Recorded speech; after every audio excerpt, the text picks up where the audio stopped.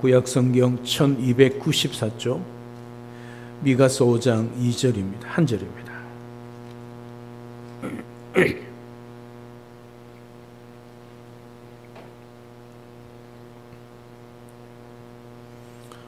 미가 5장 2절 한 절, 오늘 하나님께서 우리에게 주시는 말씀입니다. 한 목소리로 함께 합독하도록 하겠습니다. 베들레헴 에브라다야, 너는 유다 족속 중에 작을지라도 이스라엘을 다스릴 자가 내게서 내게로 나올 것이라. 그의 근본은 상고의 영혼에 있느니라. 아멘. 오늘 미리 알려주신 장소 예루살렘의 말씀을 함께 나누고자 합니다. 이 예루살렘은 사실은 참 촌입니다. 이름도 알려지지 아니한, 그래서 이스라엘 백성들 가운데 아주 작은 그런 마을이었습니다. 그런데 예수를 믿는 사람이든 믿지 않는 사람이든 상관없이 이제 이 베들레헴은 유명한 장소로 잘 알려져 있는 것입니다. 무엇 때문이냐면 그곳에서 예수님이 태어났기 때문이죠. 예수님의 고향이고 성군 다윗의 고향이기에 그곳을 기억하고 있는 것이지요. 그 예수님이 작고 미천한 동네 베들레헴에 찾아오셔서 구원 역사를 이루어 내셨습니다.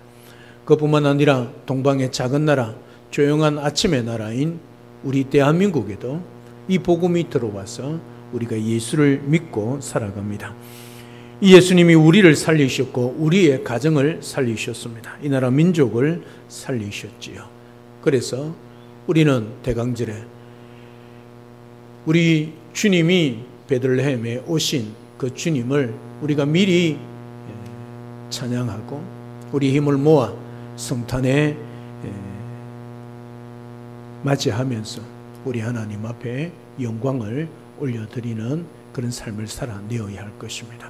오늘 또 미리 알려주신 장소 베들레헴을 통해서 이 땅에 오신 작고 미천한 마을에 오신 그 주님이 어떤 주님이신가를, 또 그 장소가 어떤 장소인가를 함께 살펴보면서 은혜를 나누고자 합니다.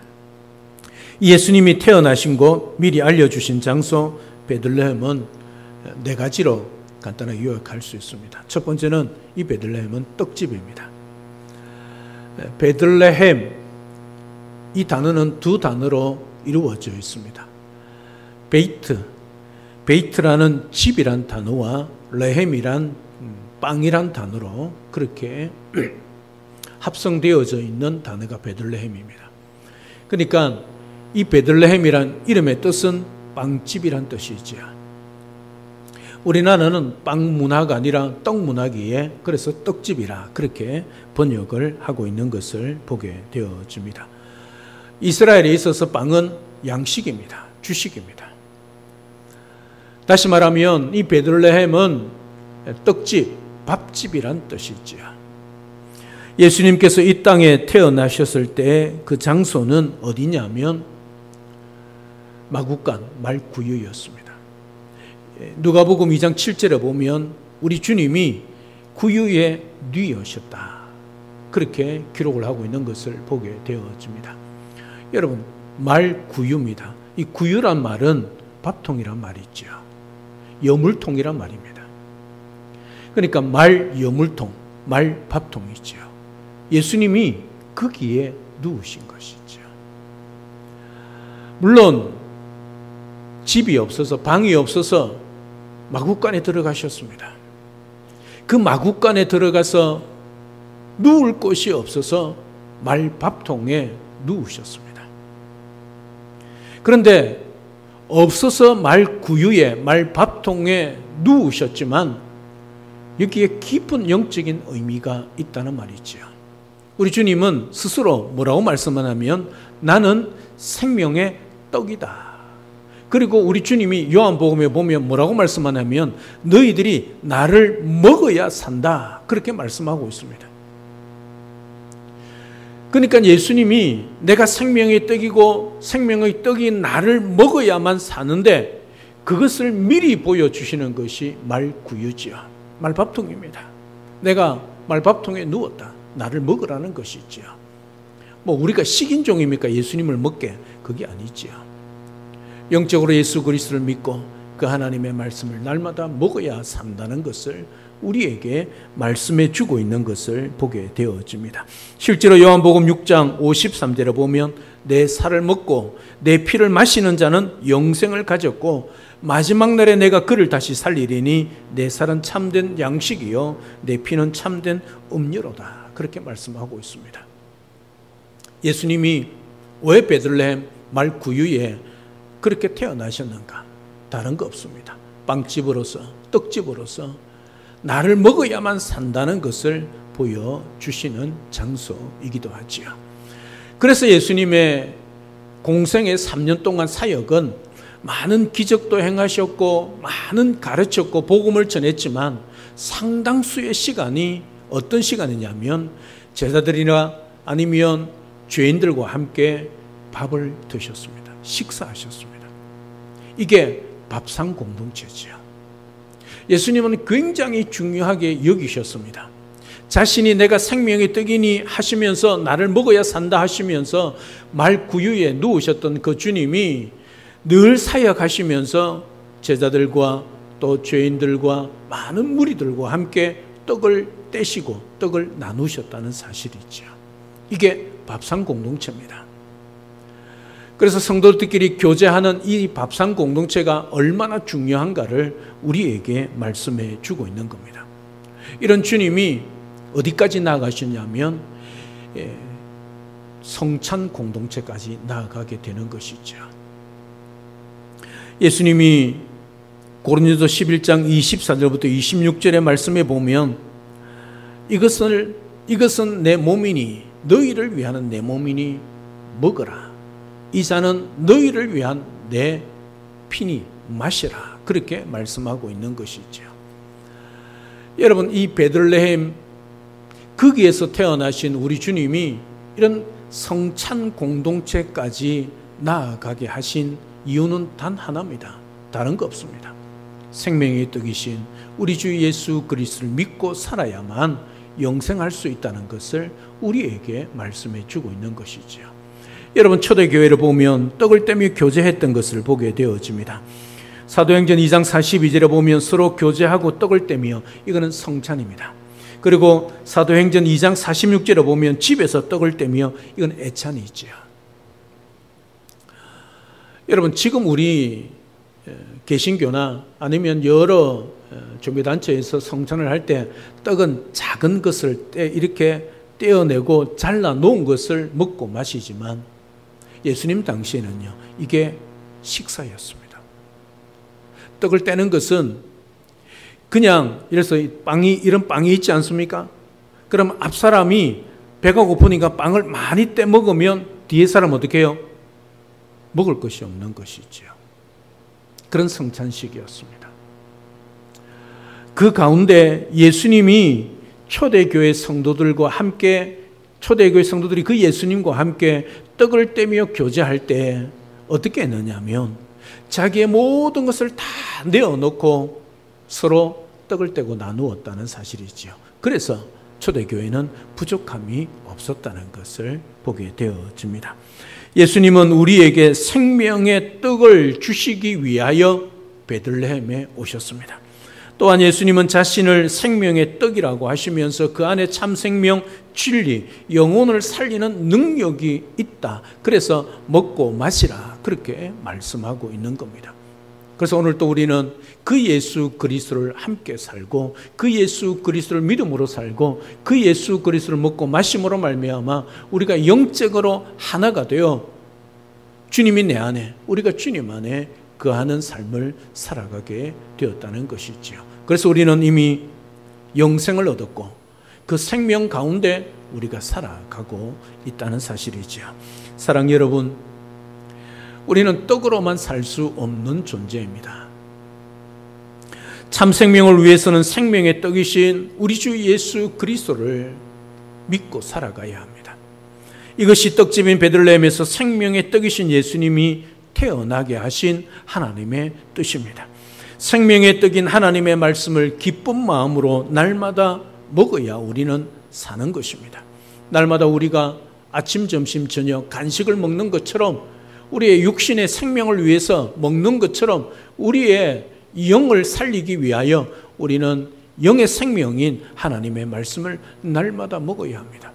70년, 80년 동안 먹었다 할지라도 먹지 않으면 죽는 것처럼 우리 영혼이 작년에 지금까지 읽어왔던 성경이 백독천독이 된다 할지라도 오늘 나에게 주시는 생명의 말씀을 먹지 않으면 우리는 살아갈 수 없는 존재입니다.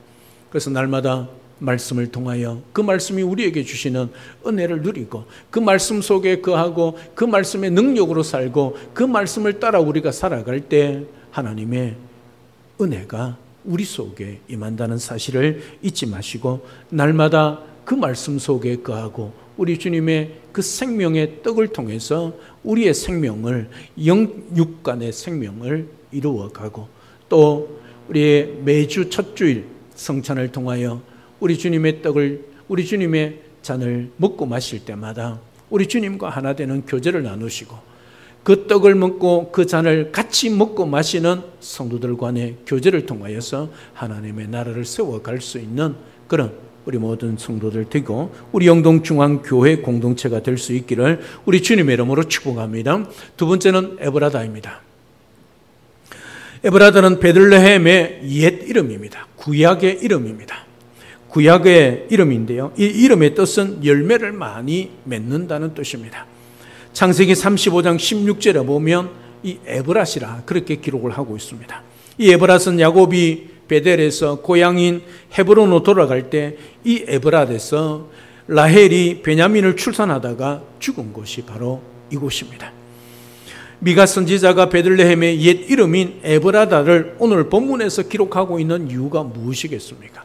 그냥 베들레헴 이렇게 기록하면 될 것을 왜 에브라다 뒤에 붙이고 있느냐 하는 것이지요. 그것은 먼저 스불론 땅의 베들레헴과 다른 지명이란 것을 이야기하고 있는 것이지요. 여러분, 부산에 가면 충무동이 있습니다. 저 여수에 가도 충무동이 있습니다. 서울에 가도 충무로가 있습니다. 그러니까 충무동 하면 여기저기서 손을 들 수 있다는 것이지요. 그래서 부산 충무동, 여수 충무동, 서울 충무동 이렇게 지역을 붙이는 것처럼 에브라다를 붙였다는 것을 말씀해 주고 있는 겁니다. 그러면 왜 굳이 다른 지명임을 밝히고 있는가 하는 것이지요. 그 이유가 무엇일까? 다른 뜻이 있을까 하는 것이지요. 다른 뜻이 있기 때문에 그렇게 기록하고 있겠지요. 다른 거 없습니다. 예수님이 다윗의 집에서 나온 메시아이심을 강조하기 위한 것입니다. 베들레헴은 다윗의 고향, 다윗이 태어난 곳이기도 하지요. 사무엘상 17장 12절에 보면 다윗은 유다 베들레헴 에브랏 사람 이세라하는 사람의 아들이었다 그렇게 기록을 하고 있는 겁니다.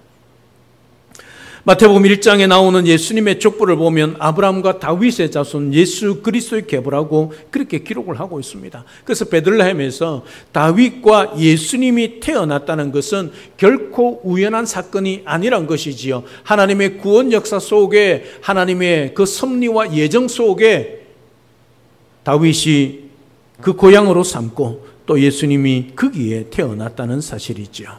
예수님은 다윗의 위에 앉아 이스라엘을 다스릴 것이라 그렇게 예언되어졌고 또 사도 요한은 예수님이 다윗의 열쇠를 가진 분이라 그렇게 계시록에 말씀하고 있는 것이죠. 성경에 곳곳에 많은 다윗의 자손을 이야기하고 있지만 거짓 소경 바디메오는 예수님을 다윗의 자손이라 그렇게 외치고 있지요. 심지어 귀신도 그렇게 외치는 것이지요. 다윗의 자손을 온 세상을 다스리게 되기 때문에 다윗이 태어난 베들레헴에서 태어나여야 했다는 것입니다. 수많은 장소 중에 작고 빛이 난 베들레헴에 태어나신 것은 다윗의 자손이란 사실을 명백히 하려는 하나님의 의도와 뜻이 강하게 나타나 있다는 사실입니다. 예수님은 하나님이십니다. 제2위 하나님이십니다. 성자 하나님이십니다. 때문에 아무 때나 마음대로 이 세상에 아무런 곳에 태어나신 것이 아니란 사실입니다. 하나님이심에도 불구하고 마음대로 할 수 있는 전능하신 하나님이심에도 불구하고 그리하지 않으셨습니다. 약속에 따라 철저히 순종하고 있는 것을 보게 되어집니다. 우연히 갑자기가 아닙니다. 우리의 구원도 역시 마찬가지입니다. 우연히 갑자기 어찌하다 보니 친구 따라, 엄마 따라, 아니면 친척 따라 시간이 지나다 보니 이 땅에 태어나 살아가는 것이 아니고 주님 앞에 나와서 신앙생활 하는 것이 아니란 사실입니다. 다 하나님의 계획 속에, 하나님의 섭리 속에, 하나님의 기쁘신 목적과 뜻 안에서 이루어진 사건이란 말이지요. 철저히 하나님의 구원 계획 속에서 우리 주님이 이 땅에 태어나시는 것도 그랬다는 말씀입니다. 아브라함과 다윗 자손으로 오신 예수님을 통해 오늘 이루어진 하나님의 은혜요, 그 하나님의 사랑의 결과란 것을 우리는 깨닫게 되는 것이지요. 그래서 우리는 감사할 수밖에 없는 것입니다.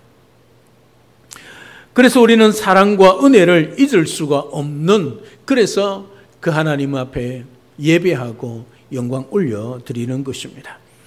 그뿐만 아니라 그 하나님이 그렇게 낮아지셨던 것을 기억하고 겸손하신 우리 주님처럼 우리가 교만하지 않고 주님 앞에 겸손하게 서서 살아가야 하는 것이지요.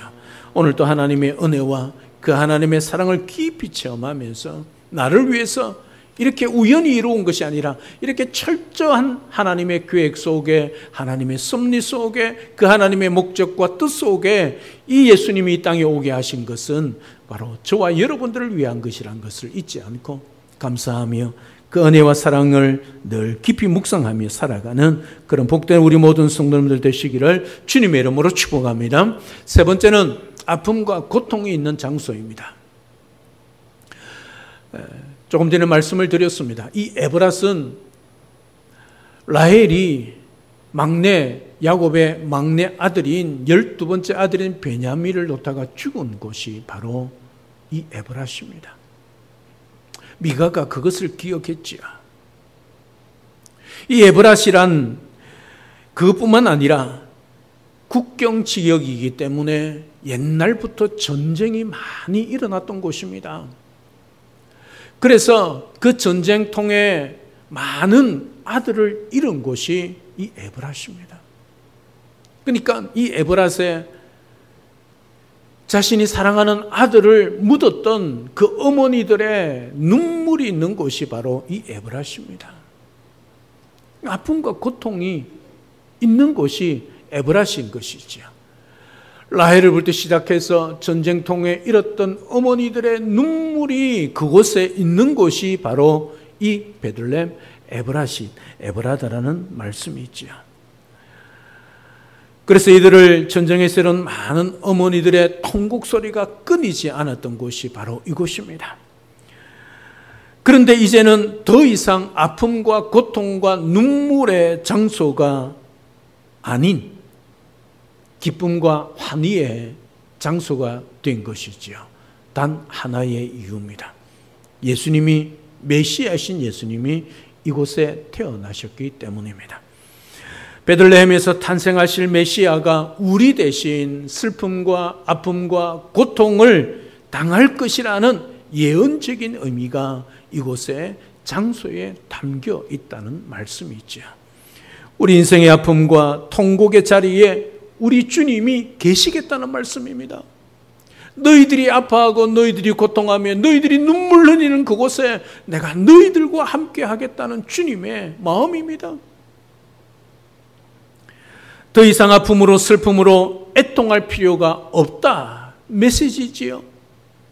길이요 진리요 생명이신 예수님께서 우리 인생을 치유하시며 회복시켜 주실 것을 미리 보여주는 장소 사건이란 말씀입니다. 이 세상의 그 어떤 사람이 이 세상의 그 어떤 것으로도 우리의 눈물을 닦아줄 수 없습니다. 그럼에도 불구하고 우리 주님이 내가 친히 너희들의 눈물을 닦아주시겠다 약속하고 있는 장소이기도 하지요. 베들레헴의 메시아가 오셨듯이 하늘의 축복을 받으려면 우리의 영혼은 스스로 작게 여기고 겸손해져야 합니다.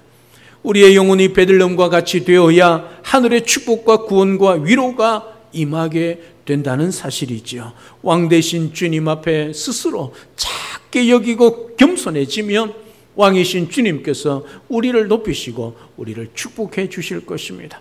베들레헴 같은 슬픔, 눈물, 고통 속에서도 하늘의 위로와 소망과 축복을 우리에게 주실 것입니다. 왜요? 예수님이 그곳에 태어나셨고 예수님이 친히 그 눈물을 닦아주시고 그 모든 고통과 그리고 슬픔을 해결해 주실 구원자이시기 때문이지요. 이 사실을 기억하고 고통과 눈물, 슬픔, 아픔 속에 있다 할지라도 우리 주님을 바라보고 우리 주님을 인하여 그 모든 것을 해결하고 또 기쁨으로 축복으로 바꾸어 내어가는 그런 우리 모든 성도의 삶이 될 수 있기를 우리 주님의 이름으로 축복합니다. 마지막 네 번째는 작은 곳입니다. 오늘 너는 유다 족속 중에 작을지라도 그렇게 말씀하고 있습니다. 크기에서 작다는 것입니다. 또한 천하고 보잘것 없다는 뜻이기도 합니다. 메시아가 천한 곳, 보잘것 없는 곳에서 태어나신다는 사실은 메시아이신 예수님께서 비천한 자들을 높이신다는 것을 암시하고 있는 것이지요. 여러분, 세상의 개념으로 크다는 것은 빅사이즈, 왕궁, 화려함 아니겠습니까? 예수님이 만왕의 왕으로서 이 땅에 오셨습니다. 그러면 충분히 왕궁에 태어날 자격이 있지요. 그럼에도 불구하고 예수님은 거기에 태어나지 않으셨습니다. 예수님은 어디에 태어나셨습니까? 방도 아닙니다. 집도 아닙니다. 마구간에서 태어나셨습니다. 세상으로 보면 정말 보잘것없고 비천한 것 아니겠습니까? 어떻게 만왕의 왕이신 그 비천한 곳에 태어날 수 있는가? 어떤 사람들은 그 사람이 왕이 아니라고 그렇게 부인할 수 있지 않겠습니까? 그럼에도 불구하고 우리 주님이 거기에 태어나셨습니다. 왜 그럴까요? 다른 것 없습니다. 비천한 저와 여러분들을 위한 것이지요. 우리 주님이 친히 그렇게 솔선수범하여 마구간에 누우신 것이지요. 충분히 왕궁의 화려한 침상에 태어나실 수 있지만 그럼에도 그리하지 아니하셨다는 사실이죠. 사랑하는 여러분, 오늘 본문은 크다 작다가 문제가 아니지요. 비록 마을은 작은 마을일지라도 중요한 것은 그곳에 우리 주님이 태어나셨다는 사실이죠. 너는 유다 족속 중에 작을지라도 이스라엘 다스릴 자가 내게서 내게로 나올 것이라 그렇게 말씀하셨기 때문이죠. 그곳에서 메시아신 예수님이 탄생하셨기 때문에 아니겠습니까? 그래서 베들레헴이 유명한 장소가 된 것이지요. 여러분, 영국 중북 지방에 가면 워릭성이 있는데요.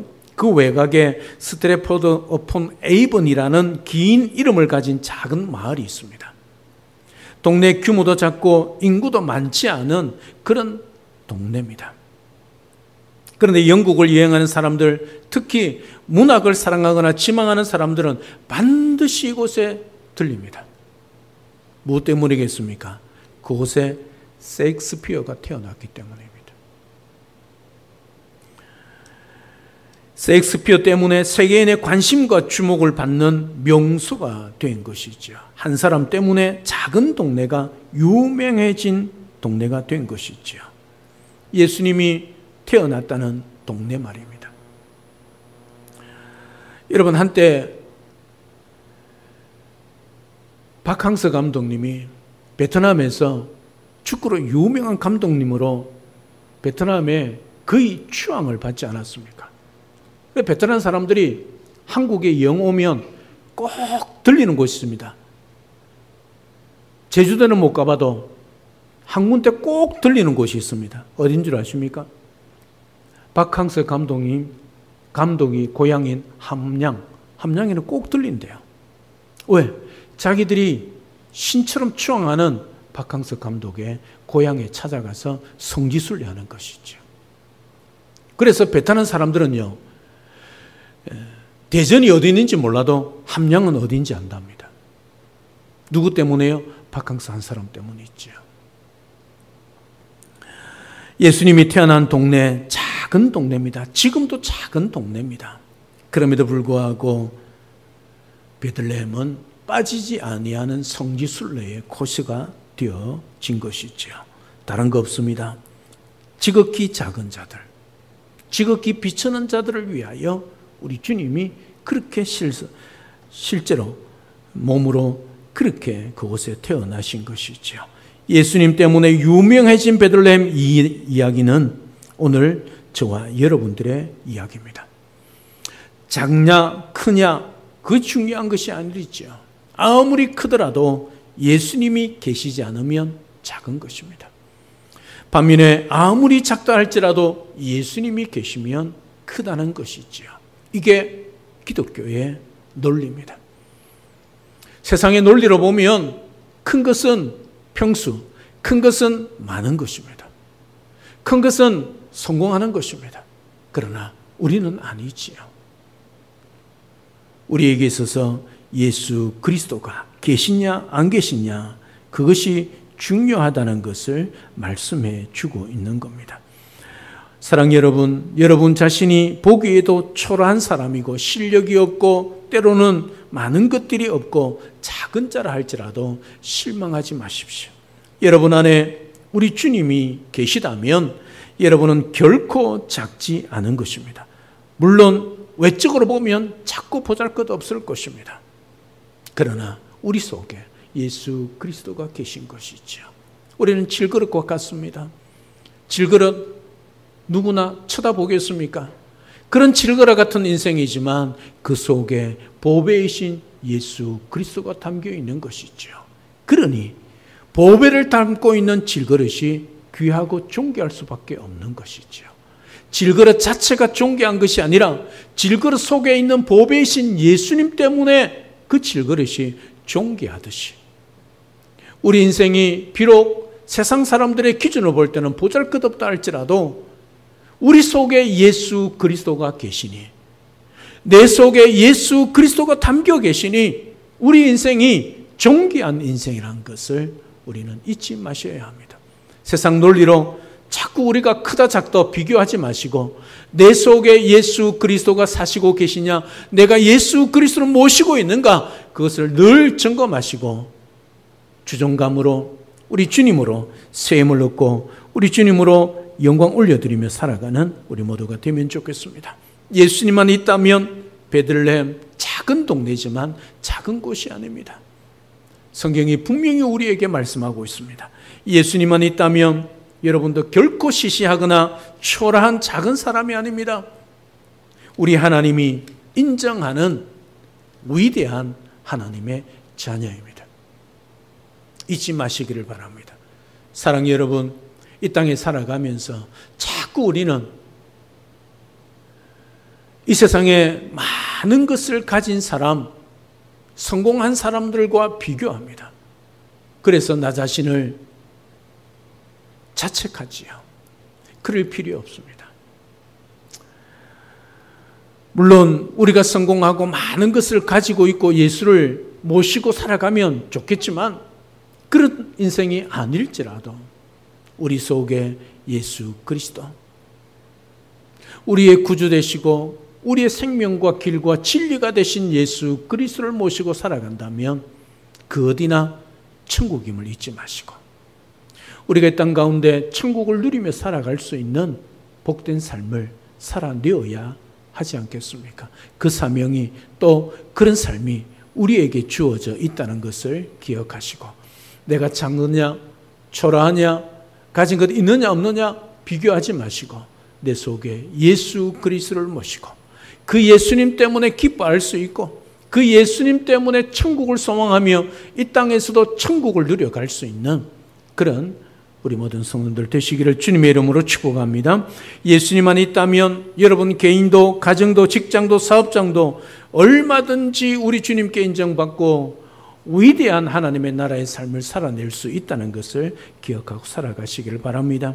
예수님만 모시고 살아가는 그 어디나 하늘나라 천국임을 잊지 마시고 여러분이 살아가는 가정 속에 가정천국, 여러분이 살아가는 직장 속에 직장천국, 여러분이 살아가는 삶의 영역 속에 하늘나라를 이루어가고 그 삶을 실제로 살아내어서 우리 주님과 동행하며 또 기뻐하고 감사하며 살아가는 그런 복된 우리 모든 성도님을 다 될 수 있기를 우리 주 예수 그리스도로 축복합니다.